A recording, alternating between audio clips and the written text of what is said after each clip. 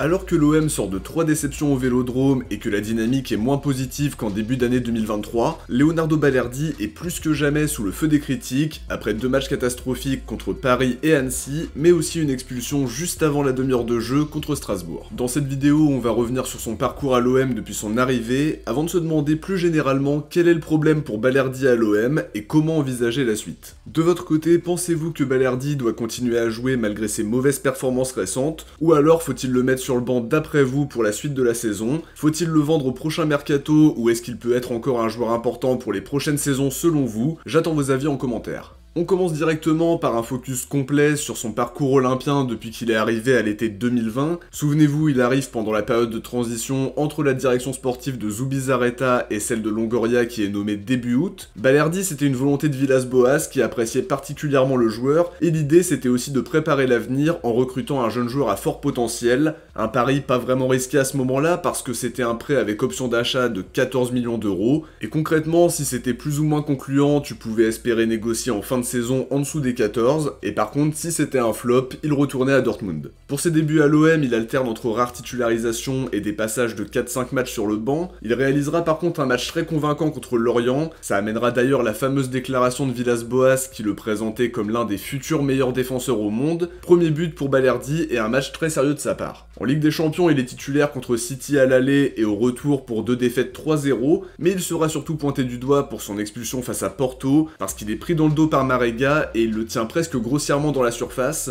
Un carton rouge qui coûte cher, déjà parce qu'on était à 11 contre 10, et donc en plus de mettre fin à la supériorité numérique, Porto mène 2-0 après avoir transformé le penalty. En conférence d'après-match, Villas-Boas explique que Balerdi a fait une erreur très grave et de son côté, le joueur reconnaît un problème d'erreur de concentration. Un match qui vient compliquer un petit peu plus le début de son aventure marseillaise, qui avait déjà commencé au Vélodrome par 45 minutes très compliquées comme latéral gauche contre Saint-Etienne. Pas forcément les meilleures conditions pour débuter non plus. En début d'année 2021, la situation est toujours compliquée pour Balerdi, qui est titulaire pour les 2 défaites contre Lens et Monaco, la première fois associé à Tchaleta Tsar en charnière, la deuxième comme milieu de terrain aux côtés de Pape Gueye, et une défaite 3-1 à Louis II. Laissé sur le banc contre Paris après son retour de suspension, Nasser Larguet le titularise contre Bordeaux, et comme face à Porto, il retient Oudin très grossièrement, et c'est rouge direct à la 55e.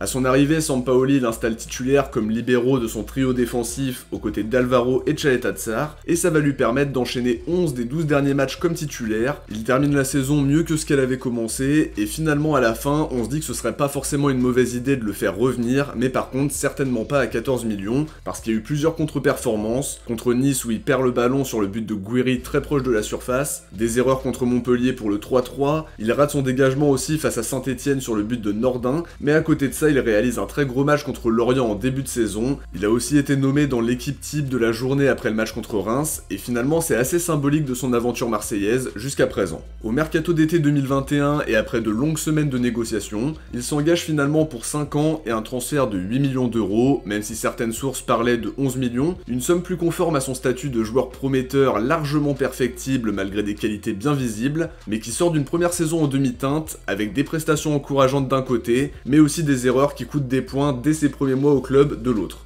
En tout cas, à ce moment-là, c'était de bon augure de voir que Sampaoli lui faisait confiance et lui accordait un temps de jeu plus régulier sur la fin de saison, parce que ça passe évidemment par là pour développer un jeune joueur. Pour sa première saison complète avec Sampaoli, il débute comme titulaire aux côtés de Saliba et de Luan Pérez. C'était plutôt intéressant, mais il va commencer à perdre sa place à partir de la défaite contre Lille où notre défense avait totalement pris l'eau. Par la suite, il sera très peu souvent titulaire, mis à part Clermont et Angers, avant de se blesser à l'épaule et de voir sa saison terminée prématurément. Des débuts intéressants, mais une saison aussi freinée par une blessure et par la montée en puissance du trio Saliba, Tchaleta Tsar, Luan Pérez. Au départ de Sampaoli, Balerdi devient un joueur très important pour Igor Tudor parce qu'il l'utilise comme défenseur axial dans le trio, mais aussi à gauche et parfois à droite si Bemba est absent. Mis à part le match contre Paris en coupe, il a joué tous les matchs jusqu'à présent, même s'il va manquer les 2 prochains après son rouge contre Strasbourg. En première partie de saison, il a montré de bonnes choses dans les duels et à la relance. Il y a eu des bonnes prestations en championnat et en Champions League, mais à côté de ça, il y a des matchs aussi où il passe totalement à côté. À Francfort par exemple, où il a tout raté ou presque. Contre Reims et Ajaccio avec des erreurs de concentration. Sur les 3 derniers matchs au Vélodrome, il a vécu à chaque fois une soirée compliquée. Contre Paris, contre Annecy où il est fautif sur les 2 buts et où il rate son tir au but aussi. aussi. On peut ajouter le match face à Nice où il prend totalement l'eau, et plus récemment son carton rouge contre Strasbourg qui va le priver de 2 matchs et qui vient surtout plomber un match contre une équipe abordable à domicile. Ça me permet de passer à la question principale de la vidéo maintenant qu'on s'est remémoré son parcours depuis sa signature. Quel est le problème par rapport à Balerdi? Et le premier élément, c'est bien sûr les fameuses erreurs de concentration qu'il avait lui-même reconnues la saison dernière en conférence de presse en expliquant qu'il travaillait là-dessus pour qu'elles soient le moins fréquentes possible. Ça n'empêche qu'on peut les énumérer et elles sont nombreuses et répétées. Son gros problème, c'est le manque de régularité. Il est capable sur une saison de sortir des grosses prestations mais aussi de totalement passer à côté et d'être impliqué sur plusieurs buts. Les erreurs qu'il fait sont tellement punitives pour la plupart que ça vient effacer les bonnes performances qu'il est capable de faire. Je l'ai trouvé bon personnellement sur la majorité des 6 premiers mois de la saison malgré quelques trous d'air. Il a fait de gros progrès en ayant de plus en plus de temps de jeu parce que c'est finalement sa première saison en étant régulièrement titulaire. Avant son arrivée à Marseille, c'était 5 matchs à Boca, 8 à Dortmund et pour le coup c'est important de jouer de plus en plus pour s'affirmer et développer son potentiel. Maintenant on est quand même sur sa 3e saison à l'OM et à 24 ans il doit se montrer beaucoup plus sûr défensivement parce que les qualités il les a mais il a encore beaucoup de lacunes défensives, son placement laisse parfois à désirer, c'est aussi parfois inconstant sur le plan tactique et l'un des gros problèmes c'est le fameux recul-frein où il laisse parfois trop d'espace à son vis-à-vis pour armer sa frappe comme contre Nice. Il doit apporter plus de sécurité défensive parce que je trouve que le trio Bemba, Gigot, Kolasinac apporte lui plus de garanties. Chancel Bemba brille justement par sa régularité et même dans les cas où il est peut-être un peu moins bien, ça reste très correct. Balerdi doit prendre exemple là-dessus parce que les erreurs ça arrive, mais elles doivent être rarissimes. Pour le moment il a encore beaucoup de lacunes, même s'il faut aussi reconnaître qu'il a réalisé de très bonnes choses cette saison. C'est un petit peu aussi la cible facile parce qu'il est dans le collimateur de beaucoup de supporters, et forcément ses erreurs sont plus facilement mises en avant. Il y a une réelle cassure avec une partie des supporters qui ne veulent plus le voir comme titulaire, d'autres à côté restent convaincus par son potentiel et ses qualités.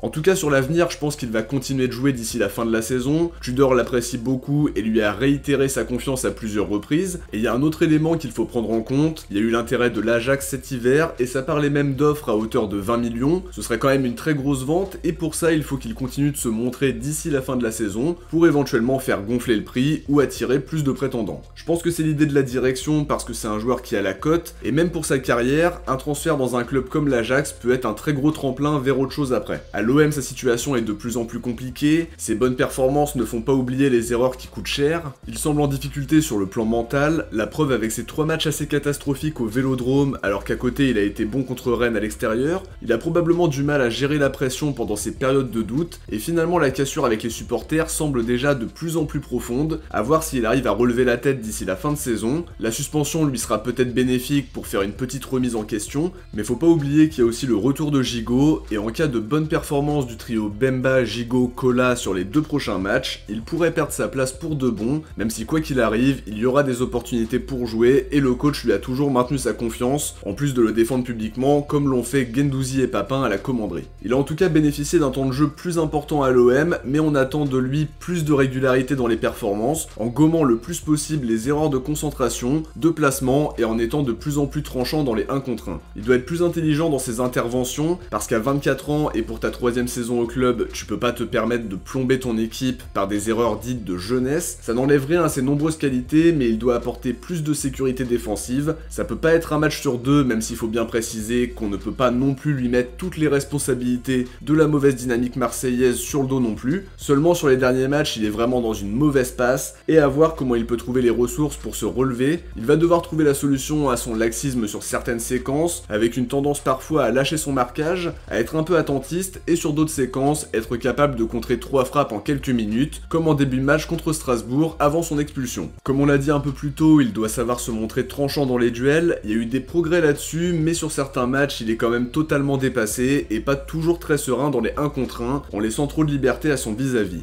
Après plus de 80 matchs à l'OM, on attend plus de régularité de sa part, moins d'erreurs de concentration parce qu'au départ t'imputes ça à la jeunesse, au manque d'expérience, mais après 2 saisons et demie au club, ça devrait déjà être largement gommé. À 24 ans, il a encore une marge de progression, il y a encore un petit peu de temps devant lui, mais à voir si ce sera dans un autre club qui lui permettra de se développer dès l'été prochain, parce que la direction perd peut-être patience et voudra probablement se renforcer derrière avec des joueurs qui apportent plus de garanties et plus de régularité. De notre côté, on arrive à la fin de cette analyse, j'espère qu'elle vous a plu et comme d'habitude, si c'est le cas, n'oubliez pas de laisser un petit like avant de partir. Je vous invite aussi à vous abonner en activant la cloche pour ne rien louper des prochaines vidéos. Si vous avez regardé la vidéo jusqu'à la fin, écrivez Balerdi dans les commentaires. De mon côté, je vous dis à très vite pour l'avant-match de Reims-OM. D'ici là, n'hésitez pas à aller voir l'analyse sur Unai et Vitinha si c'est pas déjà fait. Je vous mettrai le lien en commentaire épinglé et sur l'écran de fin de vidéo dans quelques secondes. Ciao, portez-vous bien et surtout allez l'OM.